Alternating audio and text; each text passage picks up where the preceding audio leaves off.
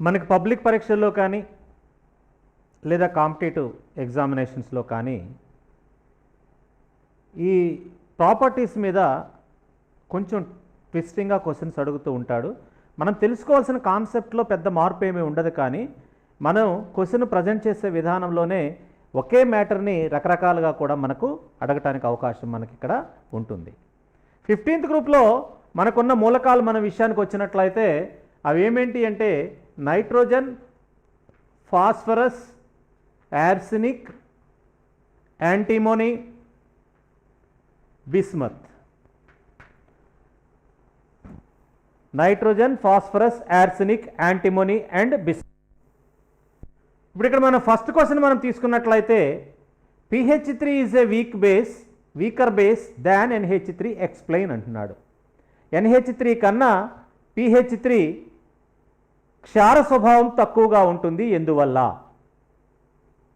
ఇక్కడ ముఖ్యంగా మనం గమనించినట్లయితే ఇది ఈ గ్రూపు యొక్క హైడ్రైడ్ల యొక్క ధర్మము.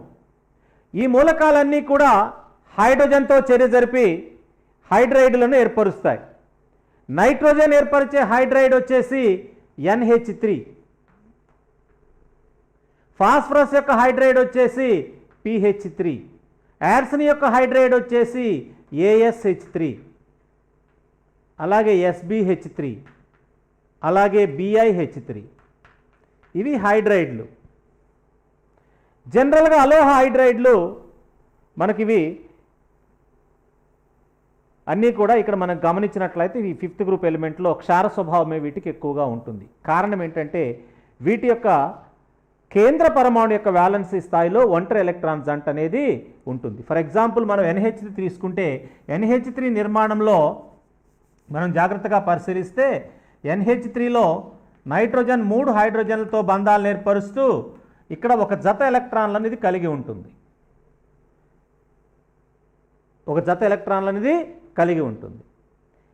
ఎలక్ట్రాన్ జంటను దానం చేసే స్వభావాన్నే క్షార స్వభావం అన్నాం. లూయిస్ ఆమ్ల క్షార సిద్ధాంత ప్రకారము ఈ ఎలక్ట్రాన్ జంటను దానం చేసే ప్రవృత్తిని దేనికైతే ఉంటుందో దానిని క్షారంగా మనం చెప్పుకుంటూ ఉంటాం. లేదా ప్రోటానును స్వీకరించే స్వభావం దేనికైతే ఉంటుందో, అంటే ఎంటీ ఆర్బిటాల్ను స్వీకరించే స్వభావం దేనికైతే ఉంటుందో దాన్ని మనం క్షారంగా చెప్పుకుంటూ ఉంటాం. ఈ NH3 అణువులో నైట్రోజన్కు ఎలక్ట్రాన్ జంటను దానం చేసే స్వభావం ఎక్కువగా ఉంటుంది. అందువల్ల దీనికి క్షార స్వభావం ఎక్కువ. మిగిలిన హైడ్రైడ్లకు ఆ ఒంటరి ఎలక్ట్రాన్ జంటను దానం చేయటం అనేది సమన్వయ సంయోజనీయ బంధాన్ని ఏర్పరచడం అనేది చాలా కష్టంగా ఉంటుంది. ఎందుకంటే వాటి పరిమాణం చాలా పెద్దదిగా ఉన్న కారణంగా అవి సమన్వయ సంయోజనీయ బంధాన్ని ఏర్పరచలేవు.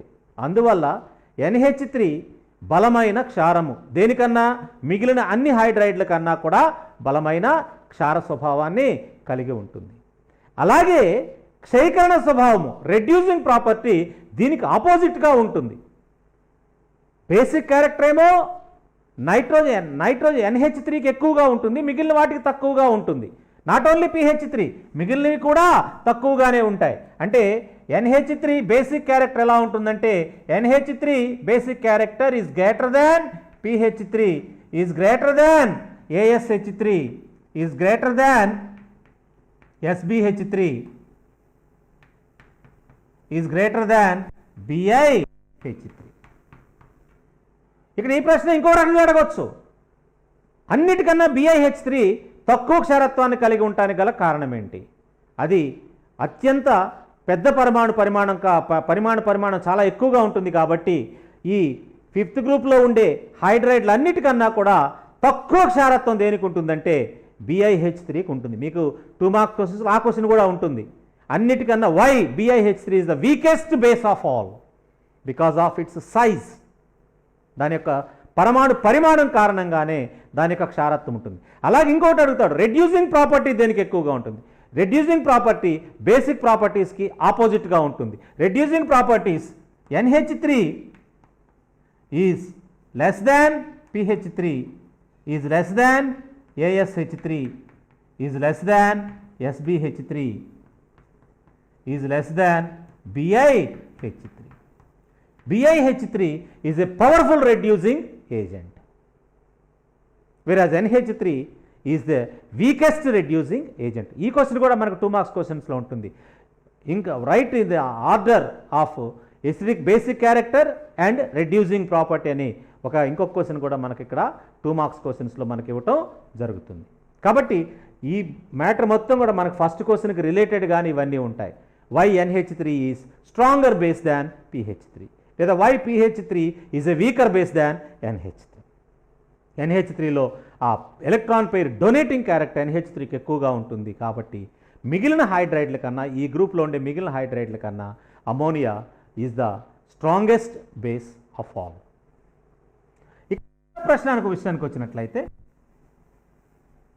ఈ హైడ్రైడ్లలో అమోనియానే వాటర్లో ఈజీగా సాల్యుబుల్ అవుతూ బేసిక్ సొల్యూషన్ని ఏర్పరుస్తుంది. రెండో క్వశ్చన్ ఏంటంటే hydride of 5th group element dissolves in water form a basic solution. అది ఏంటి అని అడుగుతున్నాడు. హైడ్రైడ్ అంటే ఇట్ నథింగ్ బట్ NH3. ఈ NH3ని మనం వాటర్లో డిజాల్వ్ చేసినట్లయితే it dissolve in water to give NH4OH. This is a basic solution. ఈ NH4OH AgClతో మనం చర్య జరిపించినట్లయితే AgCl will react with NH4OH. ఇక్కడ జరిగినప్పుడు ఏం జరుగుతుందంటే ఇక్కడ మనకు ఈ AgCl అనేది అమోనియాతో కలిసి అది ఒక కాంప్లెక్స్ని ఫామ్ చేస్తుంది.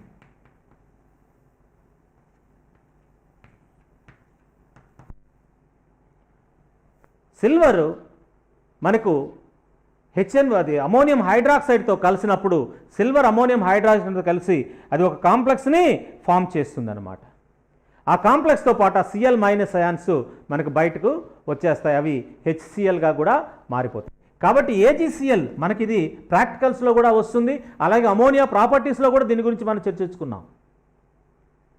ప్రాపర్టీస్లో క్లోరైడ్ యొక్క ఐడెంటిఫికేషన్ టెస్టుల్లో ఇది ఇంపార్టెంట్ టెస్ట్. సిల్వర్ నైట్రేట్తో మనం టెస్ట్ చేసినప్పుడు AgCl కర్డీ వైట్ ప్రిసిపిటేట్ వస్తుంది. ఈ కర్డీ వైట్ ప్రిసిపిటేట్ అనేది అమోనియాలో కంప్లీట్గా సాల్యుబుల్ అవుతుంది. అది క్లోరైడ్కి ఒక కన్ఫర్మేటివ్ టెస్ట్గా కూడా మనం చెప్పుకుంటాం ప్రాక్టికల్స్లో. So these are the required equations and this is the answer for the second question.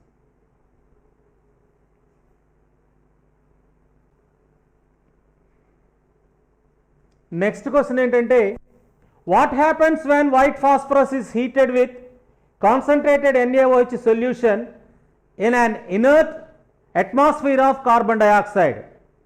Carbon dioxide యొక్క జడ వాతావరణంలో తెల్ల ఫాస్ఫరస్ను NaOH సొల్యూషన్తో కలిపి వేడి చేస్తే ఏమవుతుంది? తెల్ల ఫాస్ఫరస్ను ఆక్సిజన్ లేని పరిస్థితులలో NaOHతో కలిపి వేడి చేసినట్లయితే అది ఫాస్ఫిన్ వాయువును మరియు సోడియం హైపోఫాస్ఫైట్ను ఏర్పరుస్తుంది. కాబట్టి ఫాస్ఫరస్ P4ను మనం సోడియం హైడ్రాక్సైడ్ మరియు నీరు సమక్షంలో దాన్ని హీట్ చేసినట్లయితే అది ఫాస్ఫిన్ వాయువును ఏర్పరుస్తుంది. ఈ ఫాస్ఫిన్ వాయువుతో పాటు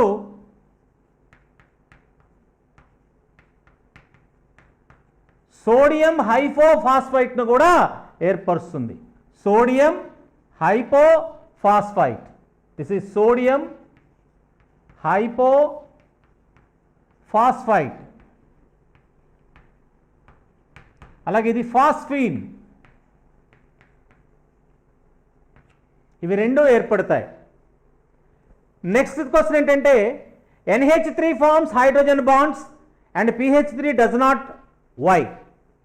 హైడ్రోజన్ బాండ్ ఏర్పరచాలి అంటే ఫండమెంటల్ బేసిక్ ఇంపార్టెంట్ కండిషన్ ఏంటంటే ఏదైనా ఒక ఎలిమెంట్ హై ఎలక్ట్రోనెగటివిటీ మరియు స్మాల్ సైజు ఉన్నప్పుడు అది హైడ్రోజన్తో బంధాలను ఏర్పరిచే మాలిక్యూల్స్లో మాత్రమే ఈ హైడ్రోజన్ బాండ్ అనేది ఫామ్ అవుతుంది. High electronegativity small size atoms అంటే nitrogen, oxygen and fluorine.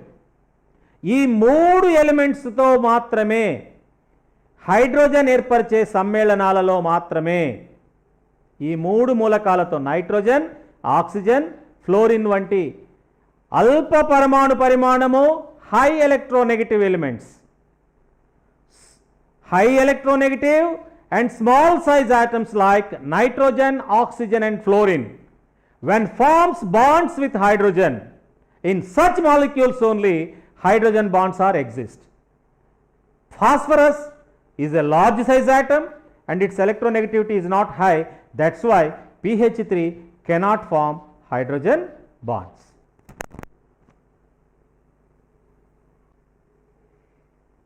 Next question, ammonia is a good complexing agent, explain. Complexing agent అంటే మెటల్ అయాన్స్ జనరల్గా కాంప్లెక్స్ని ఫామ్ చేస్తూ ఉంటాయి. One of the characteristic property of D block elements, particularly D block metals form complex compounds. ఈ complex కాంపౌండ్స్లో ఏమేంటాయంటే ionic బాండ్తో పాటు కోవలెంట్ కోఆర్డినేట్ బాండ్స్ని ఫామ్ చేయాలి.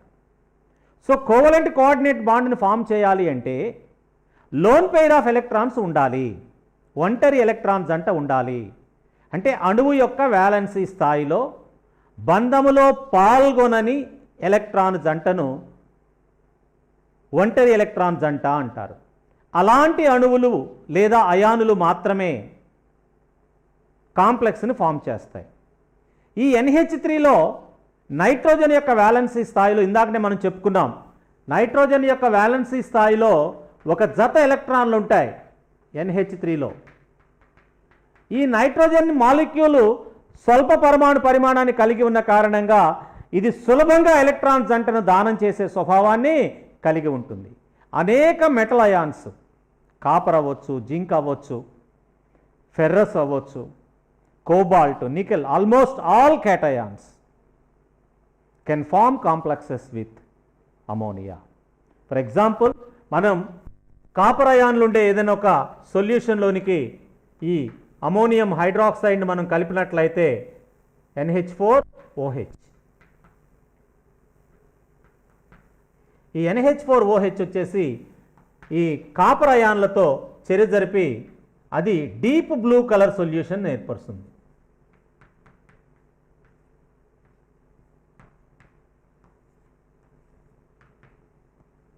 కాపర్ అమోనియాతో కలిసి deep blue colour solution form చేస్తాయి. Not only copper ions, ferrous ions కూడా మనకు ఒకలాంటి డర్టీ గ్రీన్ ప్రిసిపిటేట్ని ఈ అమోనియా అయాన్లతో కలుగు చేస్తాయి. So ammonia can form complexes with most of the D block elements.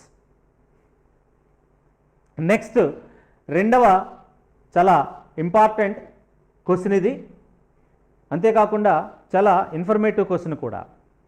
మనకు ఓడలు తెలుసు, షిప్స్, ఇవి సముద్రాల్లో ప్రయాణిస్తూ ఉంటాయి. ప్రయాణించేటప్పుడు మనకు వాహనాలలో ఏం జరుగుతుందంటే లైట్లు ఉంటాయి. మన రోడ్డు మీద పోయేటప్పుడు నైట్ టైంలో కార్లు కానీ మనకు బస్సులు కానీ లేదా మోటార్ సైకిల్ మీద వెళ్ళేటప్పుడు మన అక్కడ లైట్లు ఉంటాయి. ఎదురు వ్యక్తిని మనం ఈజీగా గమనిస్తూ ఉంటాం, పక్కకు తప్పుకుంటూ ఉంటాం. ఈ ఓడలు అనేవి చాలా పెద్ద సైజులో పరిమాణాల్లో ఉంటూ ఉంటాయి.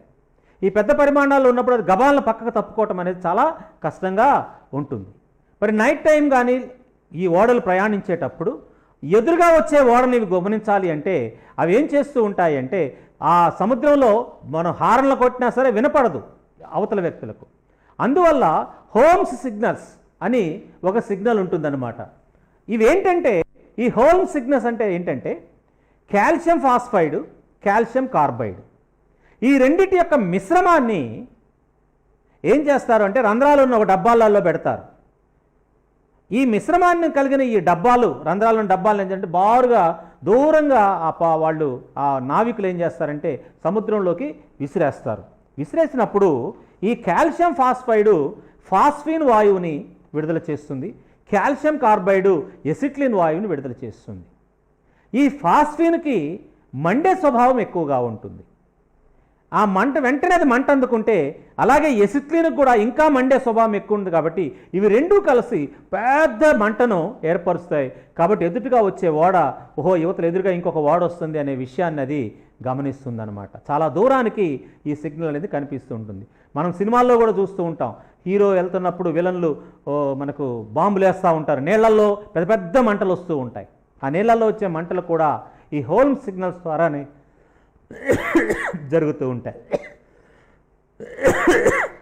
వీళ్ళు ఏం చేస్తారంటే ఈ కాల్షియం కార్బైడ్ మరియు కాల్షియం ఫాస్ఫైడ్ల మిశ్రమాన్ని రంధ్రాలు ఉన్న డబ్బాలో కానీ ఏదో పెట్టేసేసి దాన్ని అక్కడ పెట్టినప్పుడు ఆ ఒత్తిడితో వాయువులు వచ్చేసేసి ఆ డబ్బా పేలిపోయి ఆ నీరు కూడా చిందుతూ మనకేంటంటే పెద్దగా ఆ నీళ్ల మీదనే పెద్ద పెద్ద మంటలు మనకు కనిపిస్తూ ఉంటాయి.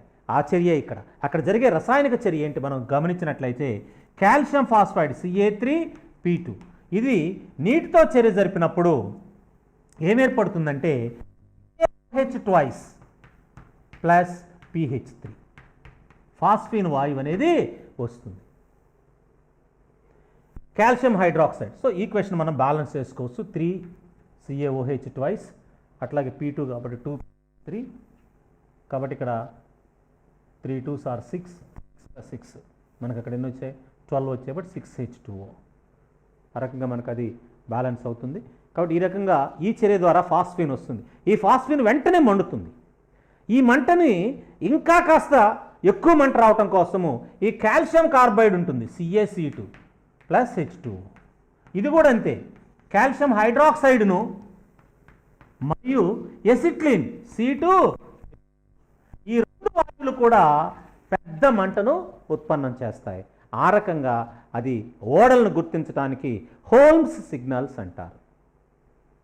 దీనికి ఈ చర్యలో జరిగే రసాయనిక చర్యలు ఇవి.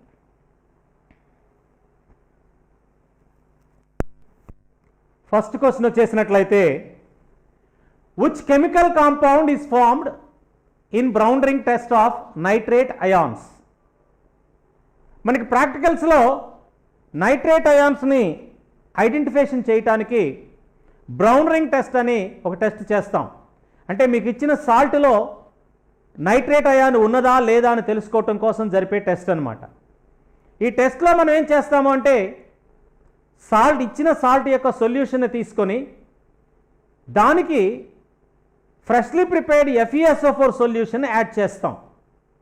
ఈ FeSO4 సొల్యూషన్ యాడ్ చేసిన తర్వాత ఆ మిక్సర్ సొల్యూషన్ కలిగి ఉన్న టెస్ట్ ట్యూబ్ని ఇంక్లైన్డ్ పొజిషన్స్లో ఉంచి దానికి జాగ్రత్తగా ఈ కాన్సన్ట్రేటెడ్ సల్ఫ్యూరిక్ యాసిడ్ని యాడ్ చేసినప్పుడు ఈ సొల్యూషన్ మరియు యాసిడ్, ఇది యాసిడ్ అడుగును చేరుతుంది, పైన సొల్యూషన్ ఉంటుంది. ఈ యాసిడ్ సొల్యూషన్ కలిపే జంక్షన్ వద్ద బ్రౌన్ కలర్ రింగ్ ఫామ్ అవుతుంది. అందుచే ఈ టెస్ట్ని బ్రౌన్ రింగ్ టెస్ట్ అంటారు. ఇది నైట్రేట్స్ యొక్క కన్ఫర్మేటరీ టెస్ట్. మీరు ప్రాక్టికల్స్ చేసేటప్పుడు కంపల్సరిగా ఈ టెస్ట్ చేస్తారు. It's most important test in practical examinations also. చాలా కాంపిటేటివ్ ఎగ్జామినేషన్స్లో కూడా ఈ క్వశ్చన్ ఇవ్వటం జరిగింది. అక్కడ ఏం జరుగుతుంది అంటే ఫెర్రస్ అయానులు, ఈ సొల్యూషన్లో ఉండే ఫెర్రస్ అయానులు ఏవైతే ఉన్నాయో అవి నైట్రేట్తో చర్య జరిపి దానిని నైట్రైట్గా క్షయీకరణం చేస్తాయి.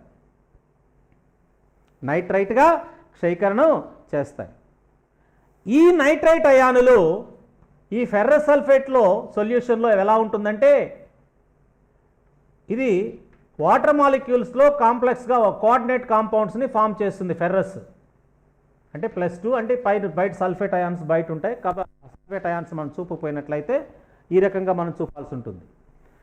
ఇది ఇట్లా ఏర్పడిన NO అనేది ఈ ఫెర్రస్తో కాంప్లెక్స్లోకి వస్తుంది. అప్పుడు మీకు ఏం ఏర్పడుతుందంటే H2O5NO ప్లస్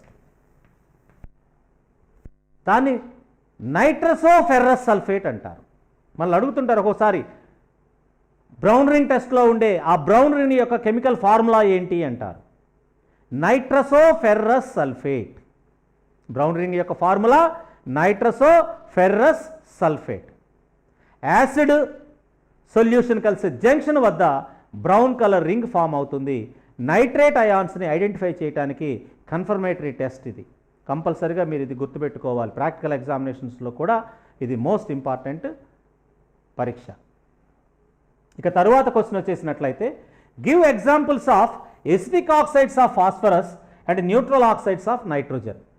జనరల్గా all metal oxides are basic in nature and all non metal oxides are acidic in nature with little bit exceptions.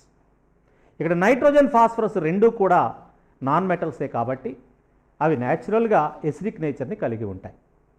కాకపోతే నైట్రోజన్ 5 రకాల ఆక్సైడ్స్ని ఏర్పరిస్తే అందులో 2 మాత్రము న్యూట్రల్ ఆక్సైడ్స్గా మనకు ఉన్నాయి. సో ఫాస్ఫరస్ 2 రకాల ఆక్సైడ్స్ని ఏర్పరుస్తుంది. అవేంటంటే P2O3, P2O5. Phosphorus pentoxide, phosphorus trioxide అంటారు. ఇవి 2 కూడా ఎసిడిక్ ఆక్సైడ్సే. ఇక nitrogen వచ్చేసినట్లయితే nitrogen N2O, NO, NO2, N2O3, N2O5 ఈ ఆక్సైడ్స్ని ఏర్పరుస్తుంది. అందులో ఇవి 2 న్యూట్రల్ ఆక్సైడ్స్, ఇవి 3 కూడా acidic oxides. N2O and NO ఇవి 2 కూడా న్యూట్రల్ ఆక్సైడ్స్. అక్కడ NO2, N2O3, N2O5 అనేవి ఎసిడిక్ ఆక్సైడ్స్.